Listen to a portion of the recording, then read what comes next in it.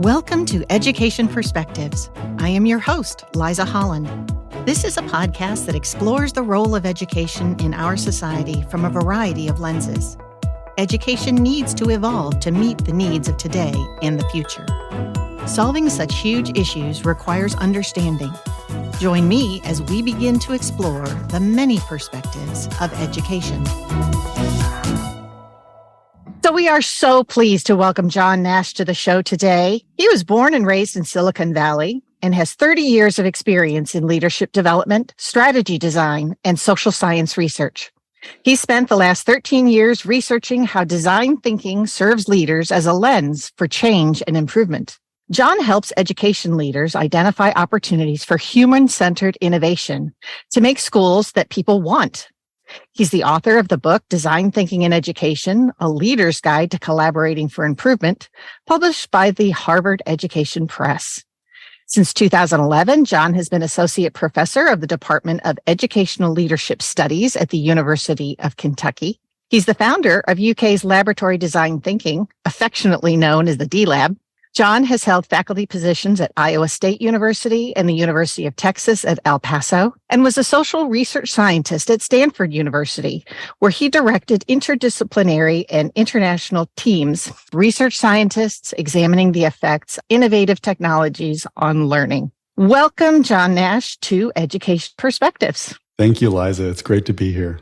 Well, it's funny. I tell listeners, followed you on LinkedIn for quite some time before I realized that you were right here in Lexington.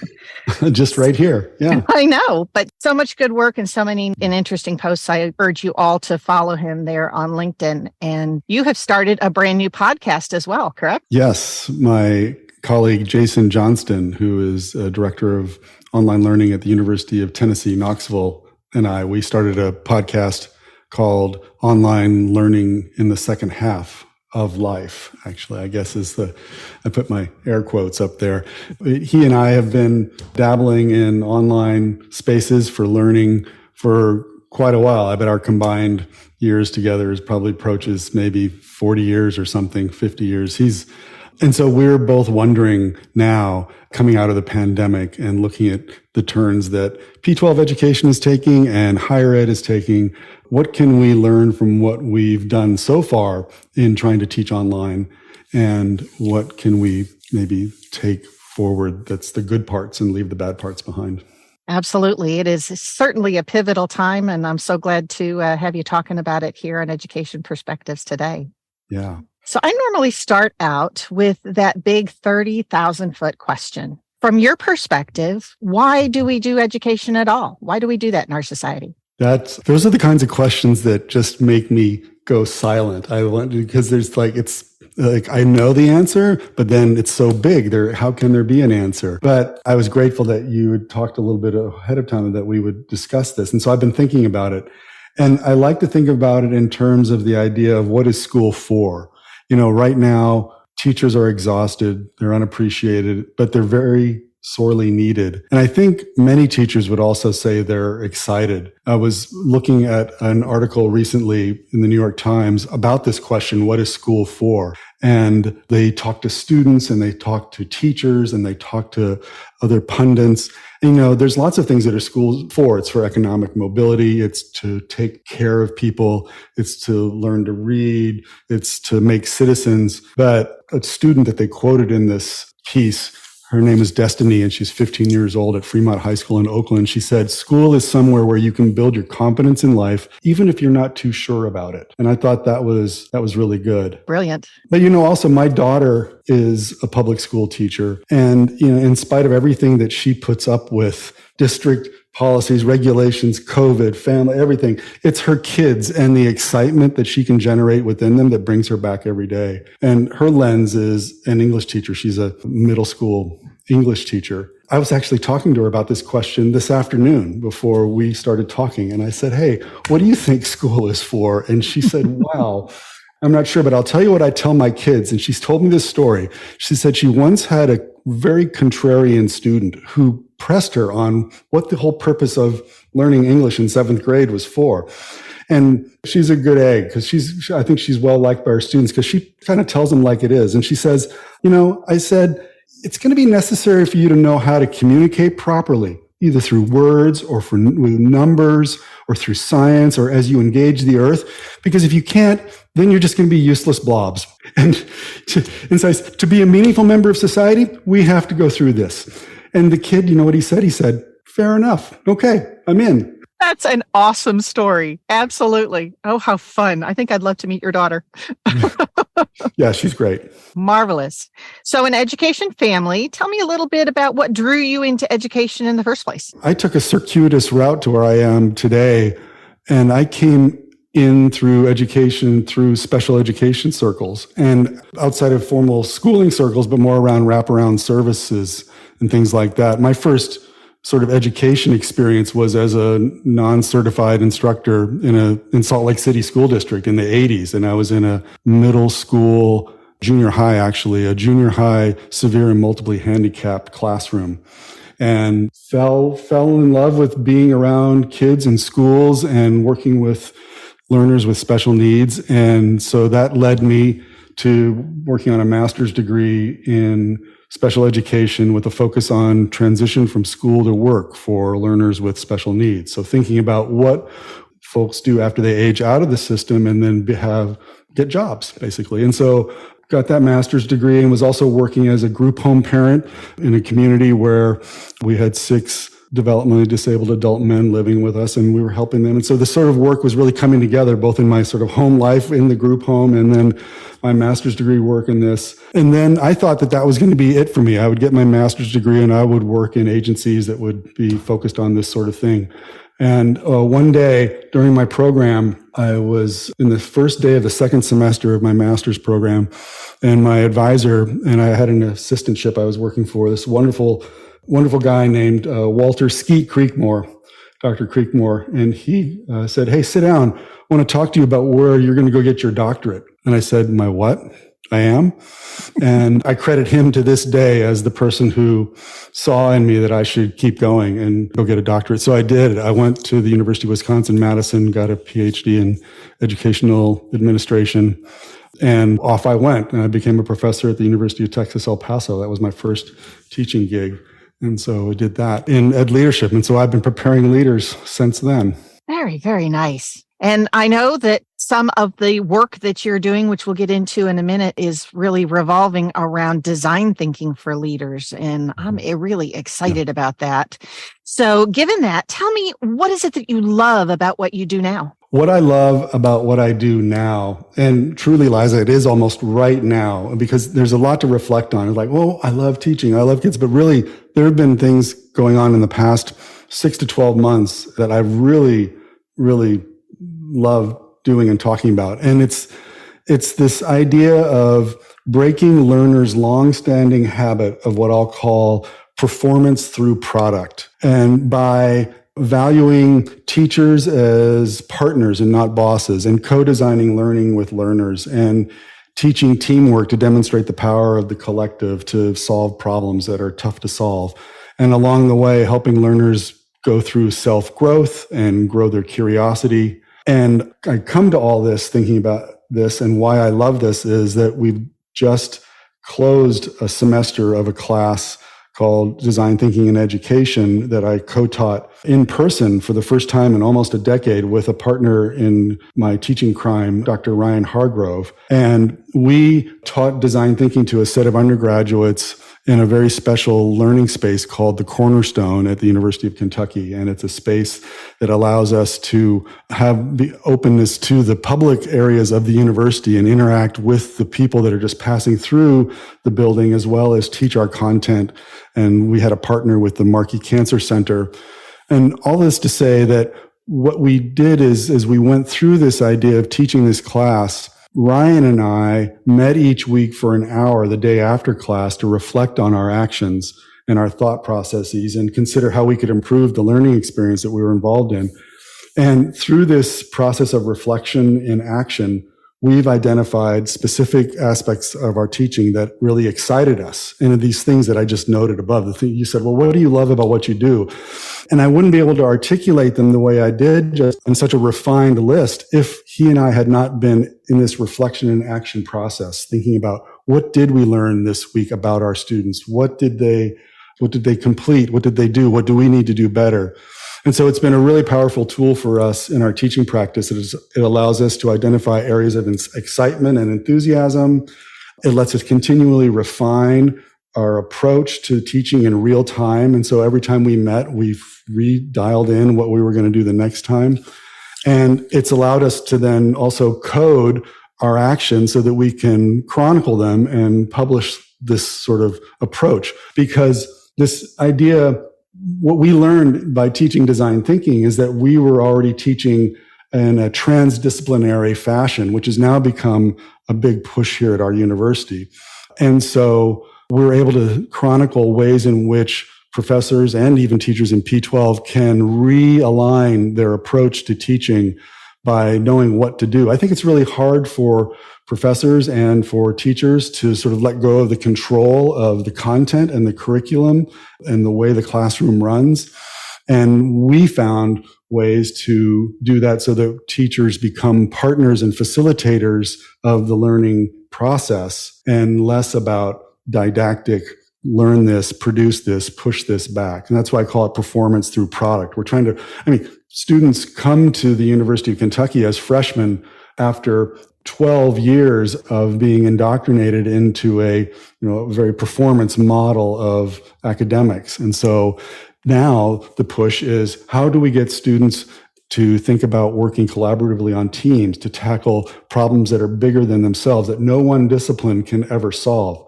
The big problems that we see in Kentucky, even around health and the opioid crisis and diabetes and heart disease and tobacco addiction, those are all problems that can't be solved by medicine alone. They can't be solved by social science alone. And so we have to rethink the way we teach in our curriculum to be able to bring those disciplines together and let students then learn how to work in a team to solve those problems. That whole bit there just completely resonates with me, because we had a system and a model that worked for our country for a long time, and it involved that kind of sit and get and regurgitate sort of a model. But that was geared towards kids who were going to be in a factory and needed to sit and perform and that sort of thing. And in this information society that we live in, it's all about that lifelong learning process. And so it's exciting to me to hear about you as a professor using that reflection time to be able to really evaluate what's working, what's not. And I saw the wonderful thing that UK put out, the little short video about your class. And right. It was wonderful to see those students really taking agency and being a part of that solution and sharing their thought process. I was just really impressed. Thank you. We were excited to teach that in person. That course had been taught online. And so you can imagine all of that craziness that you see in that 6-minute video that we do in person. I've been teaching that class online for almost a decade. In that case, the students are far flung. They don't all sit in Kentucky. They sit all over the country and sometimes in another country. And so I have to run that course as though we are a globally distributed design firm and I'm the managing director and they're the designers who are going out and solving the problem. And that worked pretty well. But then as soon as we begin to teach it in person, all kinds of new dynamics come out, which Ryan and I discovered were really valuable. So we're able to help people think about how they're going to communicate their ideas effectively. And that process of learning how to think like a designer was way more important than if we had a brilliant executed solution for the Markey Cancer Center. That was our win. We wanted them to leave thinking, I know now how to transfer these skills to other parts of my life, other parts of my courses, and I can do things better now because I've learned to think like this. Exactly. That whole thought process and the design thinking way of going about things. I don't know that many people really know what that is. Can you give us a short primer on it for those of us who have not been involved? Yeah, sure. So I like to think of design thinking as a solution finding process, not a problem solving process. And so in this case, we try to think about the world as being filled with a bunch of challenges that are usually framed as other people's unmet need. And the designer in the class, the student who learns to think like a design thinker, is thinking about designing for another, or as my friend Dan Gilbert and I like to say, we want to make someone's life better. And so to make someone's life better, you have to understand the unmet needs in their life. And so we do that through a first phase of empathy and understanding and need finding. So this phase is where you start to just gather information about other people and what their needs are, usually focused around a challenge that's been brought to us by a partner or something that maybe students have discovered in the world.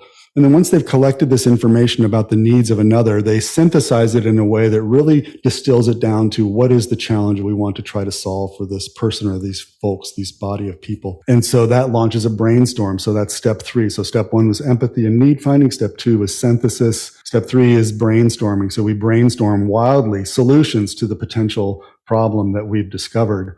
And out of that brainstorm, we harvest the 3-4 ideas that we think have some legs, have potential of feasibility, can solve the problem, would be delightful to the users and that are going to take the problem forward. And they prototype. That's the next step. So then they prototype some of these solutions and show them back to the people that they've been working with, say, would this work? So at no point is the designer sort of at the top in this typical leadership pyramid would say, I know what you need and this is what you're going to get, but rather, hey, we heard this about you. We think that this might work. What do you think of it? And with that feedback loop, we test and we test and iterate till eventually we hand over a solution that could work for the partner, and then they can grow it from there. What has been the reaction to your partners, in this case, Markey Cancer Center? In the case of the Markey Cancer Center and the focus of the 6-minute film, and maybe we could put a link to it in the show notes. I will. They were positive. Our partner was in this semester was the patient advisory group. This is an advisory group to Markey Cancer Center comprised of caregivers, former patients, and other allied service folks who are bearing on the problem of curing cancer. And they help provide input to Markey on their policies and practices. And so we worked with the patient advisory group to think about a critical problem of need inside the center, which was improving the rate at which patients sign up for clinical trials in the cancer center. So part of becoming a highly designated cancer center through the National Cancer Institute, along the lines of the Mayo Clinic and MD Anderson in Texas, these big centers, UK also seeks to have that sort of status. And one of the key metrics in achieving that status is having a good accrual rate, they call it. Accrual, that was my Alexa. Should I say that again? Did she come through? No. Worked out great. No worries. Okay, great. One of the important things that university centers will need to do to reach that status is have a high accrual rate, which is fancy talk for being able to sign up a lot of people into clinical trials. And that moment of asking a patient when they're diagnosed with cancer to also consider being a part of a clinical trial is, as you can imagine, a very touchy situation. And so they came to us with the question, how might we think about improving accrual rates for clinical trials in the face of a recent cancer diagnosis? How do we make the cancer patient experience better such that they would be also inclined to sign up for a clinical trial? And we were able to deliver some solutions to them that they may actually run with. And so we're excited. And what's exciting about it is that the people that came up with these solutions were 9 undergraduate students from 9 different majors at the University of Kentucky, all never before trained in doing any kind of design work, but learned a process to solve a problem that's, what do we call it? It's content agnostic. So design thinking doesn't tend to care what the problem topic is. It just cares that you trust the process and you follow the process. And so in doing that, we were able to deliver a couple of prototypes to the Markey Cancer Center and the patient advisory group that they think will enable them to improve the way in which patients are engaged at the center, and in turn will improve not only accrual rates for clinical trials, but also just the overall good experience. Boy, that's fantastic. And I love the fact that your students came from so many different disciplines. I mean, you were going to get that brainstorming must have been really neat because you had all kinds of perspectives sitting in the room as to what might be a potential solution. That's wonderful. Yeah, we did. And we were surprised. That was by pure chance that all 9 students were from a different major each. I'd like to circle back around to this online learning. Obviously, we had the pandemic, and in one day, teachers were expected to figure out how to be able to teach online, and students were forced to be able to try to do this and whatnot. And so, not a really good setup for online learning and the success, but it certainly moved us forward by a huge leap and bound as far as the ability to do teaching and learning and whatnot on an online basis. You were involved in it beforehand. What do you think our kind of lessons moving forward should be? Because I'm a little concerned that some people want to throw the baby out with the bathwater. So tell me a little bit more about online learning and what you see as the future there. Yes, I was involved with online learning before the pandemic. So in my department at the University of Kentucky, Educational Leadership Studies, we've been teaching our courses fully online for about 8 or 9 years now. So when the pandemic came, it was just another day at the office. And we had to be careful to be empathetic for our colleagues who were just jumping in for the first time. And it was a lot.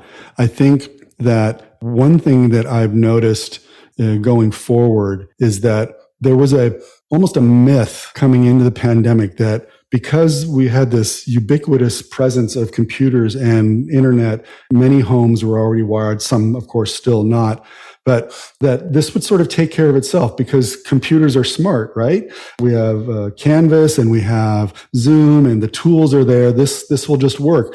And it just missed the mark because it's a myth for a reason, is that you still have to have good content and you still have to have good instructional design and you still have to have all the things in place that you'd expect to see in a face-to-face classroom. And a lot of the studies that have been done about migration to online, even before the pandemic, suggested that it's about 20 to 25% more effort at start for teachers and professors to get their material online. But Liza, the interesting thing is, I'll go back to this topic of instructional design. I think that's what online learning has laid bare, is that the transfer of a face-to-face classroom to an online environment doesn't just go. It really has brought back the importance of good old-fashioned instructional design and why that's important for learners to have good goals, good assessments, structured materials that are presented in a logical fashion.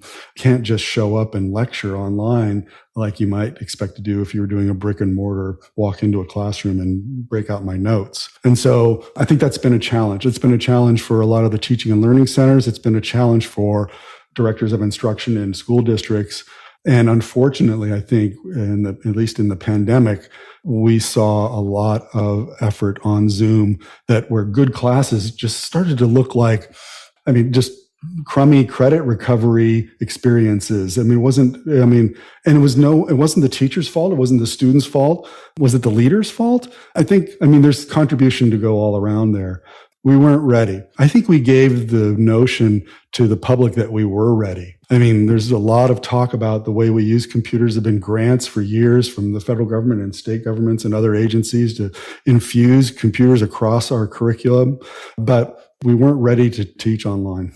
Absolutely. But in the future moving forward, I think that this still has some really incredible potential as far as you talk about content, and I think that the richness of the content through technology could really be enhanced, isn't there a neat opportunity for you to have a visiting professor from MIT come in and talk about his or her particular specialty? I guess, can you tell me a little bit more about what you think the future should be as far as the balance maybe between online learning and in-person learning? And maybe if you have a criteria for choosing which would be better in a certain circumstance? I don't know if I think that there's one that's better or worse. I like what you said a minute ago. I think that, and we've had these affordances for a while with Zoom and others to bring in guest lecturers and things like this. I think that educators have been lulled falsely into this idea that they have to do everything in order for it to be any good. And we can all start small. So you're right. Maybe it's just brokering a relationship with an expert that you'd like to bring in via video conference to talk to your students about a particular topic. Maybe you've been working on a unit. If it's in a P-12 school, you've got a unit going around a particular science area, and then you can bring in someone from outside. Yeah, MIT, Harvard, you name it, and they can talk to the kids. And so start small. I wouldn't be put in the position of saying whether I would use one over the other, because I think key is back to my other point about just having good instructional design and having it designed well, I think is more important. I've had colleagues approach me in the past when they were in other departments that were thinking about moving their programs or courses online, and they knew that we had been doing it for some time. And they would say to me, yeah, but how do you know that the course is going to be any good once it's online? And I looked them back in the eye and I said, well, how do you know your courses are any good now? And they said, oh yeah, I really don't. And so there's this sort of horse race mentality that we can get trapped into thinking that one is better over the other, but really it's just a matter of being thoughtful about what to deliver. I do think that there are very interesting opportunities arising out of the last 3 or 4 months now that OpenAI and ChatGPT and these other large language models have appeared on the scene. And I think there's a lot of promise.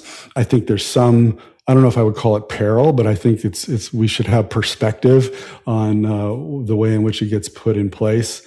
But I think that could be a boon for online learning and in-person learning, because it could allow professors and teachers to be more thoughtful in the way they customize the experience for the learners. I mean, you're no stranger to the idea of personalized learning in the P12 space and thinking about creating deeper learning opportunities for students so that they can learn to dive critically into areas and topics that they're interested in. I think that AI is going to, in the way we see it now with these large language models, is going to allow teachers and professors to be able to have almost a third hand and be able to develop materials and be thoughtful about learner needs and develop them for them faster than they would otherwise. I think that that's going to be a boon. I'm really glad that you brought that up, because I think for some people, this whole ChatGPT thing is brand new and they're like, oh my God, how are we going to handle this? And we've certainly got the crowd that are like, oh no, we've got to ban it in school. And oh no, we've got to do this. But I think that thoughtful use of this new technology is a really, really good thing for teachers, that they could actually use this to save time doing other things, and yet, as you mentioned, be able to personalize almost instantaneously a particular student. I'm really glad you brought it up, because I think it's quite a tool, and it's kind of like when the internet came along. We're going to have to find ways to be able to integrate it into into how we do business, whether that be in school or business itself or wherever. Yeah. The studies are coming out now. It's still early, and many of the studies are still in draft form as they're getting peer reviewed. Some are in open access, and I'm talking about studies that are being done about the ways in which tools like ChatGPT are a benefit to knowledge workers like teachers and others who can use the tools to expand their knowledge that they already have.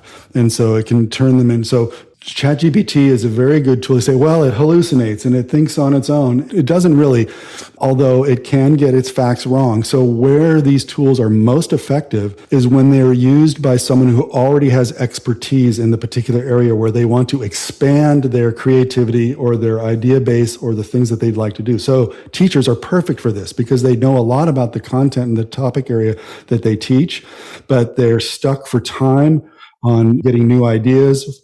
Let's say, teachers who have to do all the things that they're required of in their schools that are administrative and otherwise around curriculum and reporting and the meeting for their PLCs and then going to the PD. And so then now you have a tool that I say, I have an idea, but I need a rubric and a lesson plan for it. ChatGPT will write it in about, 120 seconds. Something that you would have done over maybe 2 hours. Now you'll iterate on it. I've worked with a person in my class who's a librarian, and she said, it writes the rubric.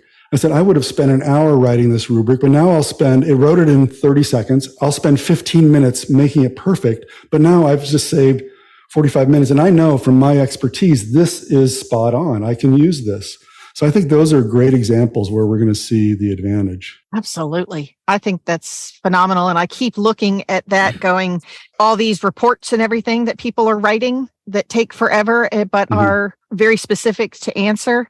I can just see such great opportunities to try to streamline those processes. ChatGPT, write me this report. Boom. Right. Yeah. Wouldn't that be cool? That would be cool. And it is cool. It will do it. I will say one thing though I am concerned about, and it has to do with actually an article I read today in the Chronicle of Higher Education, but there's a very popular plagiarism tool that's plugged into LMSs like Canvas and Blackboard. The company is called Turnitin, and Turnitin just announced that they're going to have a module inside their algorithms that will tell teachers and professors whether or not something was generated by ChatGPT or by AI. And this is an obvious knee-jerk reaction to a lot of people you just sort of mentioned.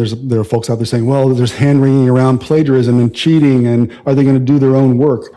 And we can discuss that. But what I want to point out is that the idea that what we should be doing with AI, oh, and by the way, AI cannot detect AI, apparently. So even OpenAI, the company who invented ChatGPT, has admitted that their own detectors for detecting ChatGPT's output are not very good. So it's only a matter of time before these things are gone out of the way. But look at the effort that Turnitin has put into saying, we're going to catch cheaters. We're going to catch you being bad, when the power of AI is so interesting that we could turn it into a tool for good. I mean, look at the market we have now for catching things. I have a camera on my front door, and it tells me when a package has arrived, and a little box appears on the window as the package falls onto my thing. So we can detect all kinds of things. Why can't AI be used to detect good things in students? Why can't it be used to detect when I should praise a student? Why can't it be used to detect when I should stop my neighbor and say hi to them? There's all kinds of things. Why can't it be used? This is what makes me laugh. Why can't it be used to catch professors writing crappy classes?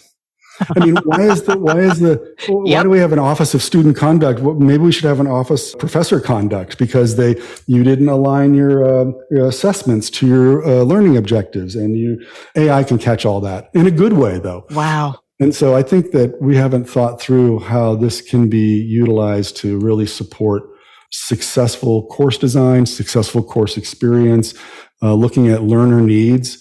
The Khan Academy is already thinking about ways to put ChatGPT as an intelligent tutor. So as a student struggles with material in there, it can ask probing questions, and the student can answer back and get scaffolding to learn the content that's in front of them. That's absolutely brilliant.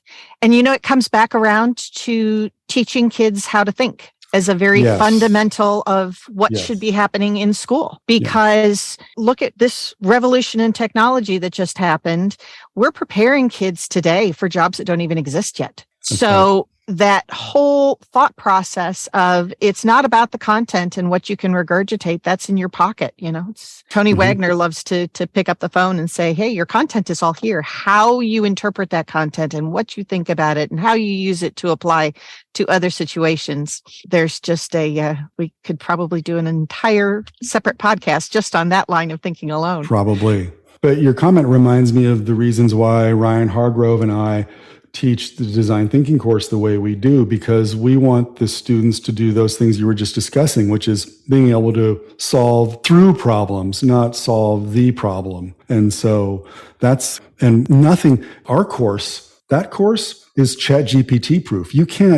There's nothing to turn in. It's about whether or not you reflected on this thing in front of you, and whether or not you're being able to grow as you think about analogous ways to think about a problem. I mean, you can't turn something in and get it right. In fact, we don't really care so much about what they turn in. We care about how they thought about it when they were working on it. That's the big thing. Very cool. Yes. And that's so much about why education needs to change. And you guys have been very much on the forefront of that in your leadership studies. Can you talk to me about what you feel the obstacles to moving in all these great directions are in education? I was having a talk with some colleagues yesterday. There's some very innovative educators in Hawaii. You might know about some of them who are affiliated with what schools could be. But these two particular colleagues are at a private academy in Oahu, talking about that sort of thing. Like, we were talking about what are the obstacles to deeper learning? And we concluded in a very lively conversation that the kinds of change that can happen in spite of what a school district might want to do or what state mandates might want to do around assessment, if the principal is interested in making the change, then that change can happen. But it's also about letting teachers off the hook. Many young teachers, like my daughter, they know kind of teaching and learning experiences kids need to get excited about the content that they're learning and then go forward and learn that. And yet they may feel constrained by curricular constraints or something else. I mean, I know my friend on the call the other day said, she was the director of academics, and she said, you in no way are a better teacher to me because you said you made it all the way through the textbook. Let's be clear about that. I mean, it's fine you cover the content, but don't think that that makes me admire you more. I admire you when you're able to make the changes in the way you teach. You can innovate within this box and be able to get the kids excited and do the deeper learning techniques and things like that. So I think the challenges the question to you posed is, what are the challenges or what are the obstacles to making this happen? I think a lot of it is dispositional. I think it's teaching teachers that it's okay to kind of be a rebel inside this box. You still have to check these boxes, but you can also create the change. And so I think that's part of it. And then also the part of it is that there is some level of control. I think principals can still also meet the needs of their supervisors and their masters and their boards above them, but they can still create amazing learning experiences within their school if they decide to. So a lot of it is also just a matter of will. Do you want to do this or not? I think that's part of it also. Absolutely. Another guest of mine talked about adult problems and how that actually put most of the obstacles to deeper learning in place. That's right. Just because of the love of the status quo, I guess. Yeah. But that's kind of actually a good segue into a last question, which is education is kind of siloed. And there's a lot of discussion about education in the popular domain.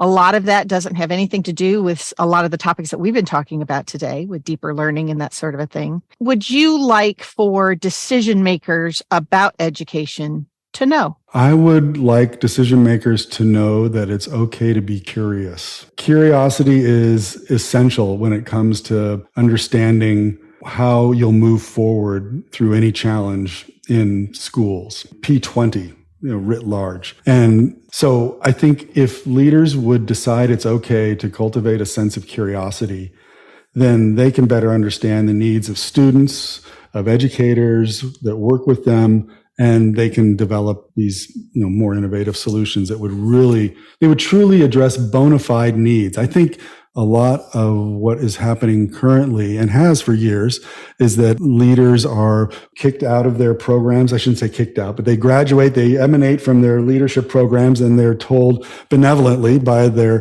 people, even by me, go lead. And I think that what we'd benefit from is that knowing that leaders, it's okay to be curious and ask those around you what they think. So that's ask questions, seek out new perspectives, engage in real conversations, because you can't know it all and you shouldn't know it all. So we do this in the workshops we do. We have students work shoulder to shoulder with principals and superintendents to create their next policy initiative or their course or their program or whatever, because it's the students, it's the teachers, it's the parents, it's the community members who really know what's going on out there. And if you turn them into your partners through curiosity, I think that you would be much better off. That's what I would like decision makers to know. What a fantastic answer. And it just applies at every level. I love that. Well, John, I feel like I could talk to you all day long, but we've kind of come to the end of our time here with Education Perspectives. But I wanted to thank you so very much for being a part here and encourage everyone listened to the new podcast. I'm going to put all of the links and everything in the show notes. And thanks so much for your time. Thank you. It was a fun time. Thank you so much for listening to this episode of Education Perspectives. Feel free to share your thoughts on our Facebook page. Let us know which education perspectives you would like to hear or share. Please subscribe and share with your friends.